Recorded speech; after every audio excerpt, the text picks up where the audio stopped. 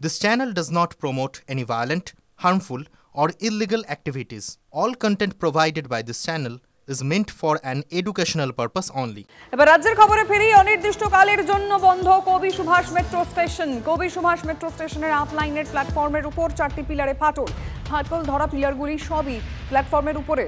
Metro স্টেশনে rake ঢোকার পর যে দিকটি কারশেডের দিকে যায় সেই দিকের পিলারগুলিতেই ফাটল। যাত্রী সুরক্ষার কারণে স্টেশন পুরোপুরি বন্ধের সিদ্ধান্ত নিয়েছে মেট্রো কর্তৃপক্ষ। মেট্রো রেল কর্তৃপক্ষের তরফে জানানো হয়েছে ভারী বৃষ্টিপাতের জেরে প্ল্যাটফর্মের মাটি নরম হয়ে গিয়ে এই সমস্যার সৃষ্টি হয়েছে। তবে যতদিন না পর্যন্ত মেরামতের কাজ সম্পূর্ণ শেষ হচ্ছে ততদিন ব্লু লাইনে কবি সুভাষের পরিবর্তে শহীদ ক্ষুদিরাম ও দক্ষিণেশ্বর স্টেশনের মধ্যে আপ ও ডাউন লাইনে মেট্রো চলবে। স্টেশন অনির্দিষ্টকাল বন্ধ হওয়ায় ব্যাপক যাত্রী দুর্ভোগ। ব্যস্ত সময় প্রবল চাপ বেড়েছে ক্ষুদিরাম মেট্রো স্টেশনে। দমদম গড়িয়া মেট্রো লাইনের একেবারে শেষ স্টেশন কবি সুভাষ স্টেশনের কারশেডের 4টে পিলারে ফাটল এবং এই মুহূর্তে কিন্তু মেট্রো স্টেশনে ঢোকবার যে রাস্তা সেটা কিন্তু বন্ধ করে দেওয়া হয়েছে এবং এখানে কিন্তু পরিষ্কার লেখা রয়েছে কবি সুভাষ স্টেশন টেম্পোরারি ক্লোজ। এবং সেটার মূলত কারণ হচ্ছে এই কবি সুভাষ স্টেশনের যে কারশেড রয়েছে সেই কারশেডের যে 4টি পিলার অর্থাৎ 11 নম্বর, 16 নম্বর, 17 নম্বর এবং 21 নম্বর যে পিলার সেই পিলারেই কিন্তু ফাটল দেখা দেয় গতকাল রাত্রিবেলায়। তার জন্য সমস্ত ট্রেন মেট্রো কিন্তু ক্ষুদিরাম থেকে চলছে। সাধারণ মানুষের জন্য কবি সুভাষ মেট্রো কিন্তু পুরোপুরি বন্ধ করে দেওয়া হয়েছে এবং কবে এই পরিষেবা স্বাভাবিক হবে সেটা নিয়ে কিন্তু প্রশ্ন উঠছে। ইতিমধ্যেই আমরা দেখতে পাচ্ছি প্রচুর মানুষজন যারা কিন্তু এই কবি সুভাষ মেট্রোতে যাবেন বলে আসছেন কিন্তু তাদেরকে ফিরিয়ে দেওয়া হচ্ছে এবং তাদেরকে বলা হচ্ছে কোনো যানবাহনের দ্বারা তারা যাতে ক্ষুদিরাম মেট্রো স্টেশনে চলে যায় এবং সেখান থেকে যেন মেট্রো ধরে। ক্যামেরায় কল্যাণের সঙ্গে সৌভিক সরকার, টিভি 9 বাংলা।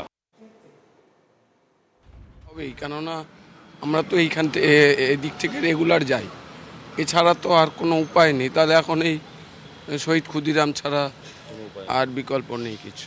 চলছে না। কি বললো? বলছে যে ওদের কোনো প্রবলেম হয়েছে, ওরা এখন চালাতে পারবে না, তো ক্ষুদিরাম পর্যন্ত চলছে। ক্ষুদিরাম পর্যন্ত চলছে। ওদিক থেকে বলছে কবে হবে বলা যাবে না। অসুবিধা তো অনেকই হচ্ছে, সবাই নেমে আবার ফের চলে যাচ্ছে ট্রেন থেকে, সবাই নামলো নেমে ওদিকে যাচ্ছে দিকে যাচ্ছে সব দিকেই চলে যাচ্ছে। ঠিক আছে, অসুবিধা তো হচ্ছে, কাজে যেতে পারছে না। না, সমস্যাটা আমাদের এখানকার লোকেদের যত না, তার চেয়ে যে সমস্ত দক্ষিণ 24 পরগনা থেকে যে সমস্ত মানুষজন আসেন যারা মেট্রো ধরে যাতায়াত করে তাদের লাইফস্টাইলটা একটু অন্যরকম হয়ে গেছিল। তারা নামতো এবং নেমে বেরিয়ে যেত। কিন্তু এখন যেটা হয়েছে এই যে ব্রেক জার্নি হচ্ছে, এইটা ক্ষুদিরাম আসতে হবে শুধু তাই না, এই দেখুন এর জন্য প্রচুর জ্যাম হচ্ছে, যেটা নিত্য প্রয়োজন মানে লোকদের অসুবিধা হয়ে যাচ্ছে। অনেকই অসুবিধা হচ্ছে, আবার ফিরতে অসুবিধা হয়ে যাচ্ছে রাত্রিবেলা। আবার এখন দেখুন কি কোথায় গাড়ি রাখবো, কি করব না করব তাড়াহুড়োর মধ্যে।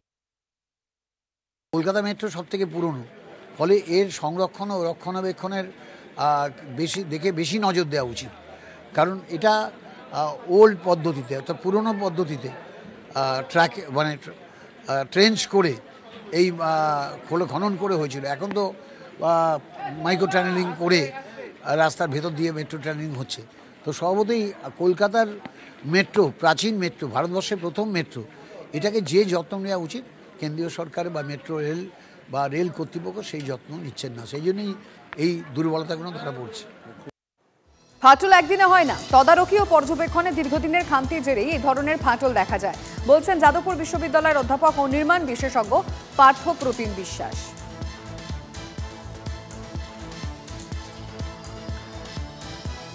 মতো কোনো ফাউন্ডেশন হয়ে থাকে এবং তারপরেও যদি সেটেলমেন্ট হয় তাহলে সেটা নিশ্চিতভাবেই চিন্তার বিষয়। ফলে তখন নির্মাণের মান নিয়ে একটা প্রশ্ন উঠবে। During operation within a tunnel বা আমি বলছি এলিভেটেড একটা কি বলবো যে রেলপথ, তার কিন্তু সুরক্ষা, তার সেই পরিকাঠামোর সুরক্ষার তদারকির একটা প্রয়োজন আছে, পর্যবেক্ষণের প্রয়োজন আছে। সেটার ক্ষেত্রে যদি খামতি থাকে তাহলে once in a fine warning এরকম বিভিন্ন জায়গায় আমরা ক্র্যাক দেখতে পাবো। আবারও বলছি যে ক্র্যাক একদিনে জন্মায় না, এটা হচ্ছে যে ধাপে ধাপে তার কিছু প্রক্রিয়া আছে, সেই প্রক্রিয়াগুলোর একদম শেষ পরিণতি হচ্ছে একটা ক্র্যাক, যেটা ফাটল হিসেবে আমি দেখতে পাচ্ছি। তাহলে এই ফাটলের আগের পর্বগুলো জুড়ে যা ঘটেছে তার কার্যকরণ সম্পর্ক কি, সেটা সবসময় হচ্ছে যে নজরে থাকা উচিত যারা আসলে এই পরিকাঠামো রক্ষণাবেক্ষণ করছে।